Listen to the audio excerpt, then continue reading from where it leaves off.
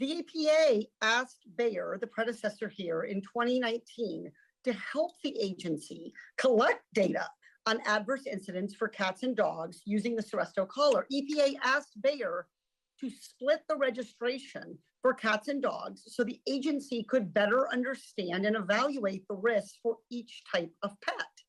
Bayer refused, saying that that change might have, quote, an adverse impact on sales. And they also said, quote, it would be a substantial increase in work.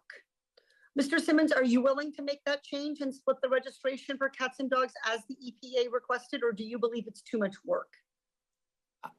I am willing to engage with the EPA on anything that the scientific data and the engagement under the regulatory body of the EPA merits the right thing to do. We believe the 80 studies and all of the pharmacovigilance data that we've submitted to them stands that this is a safe product, as well as all the value that it brings to the pets and to the human health with the tick-borne illness on over 500,000 people a year that the CDC highlights. So the value is significant, the risk is reasonable. Always, we're willing to engage with the EPA. With all respect, Mr. Simmons, it's not your job to decide if the risk is reasonable. That's the job of the regulatory body.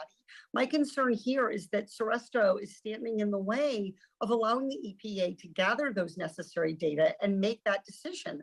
I encourage Elanco to work with the EPA to get this data, and if they won't, then Seresto will have to come off the market because too many families have suffered already.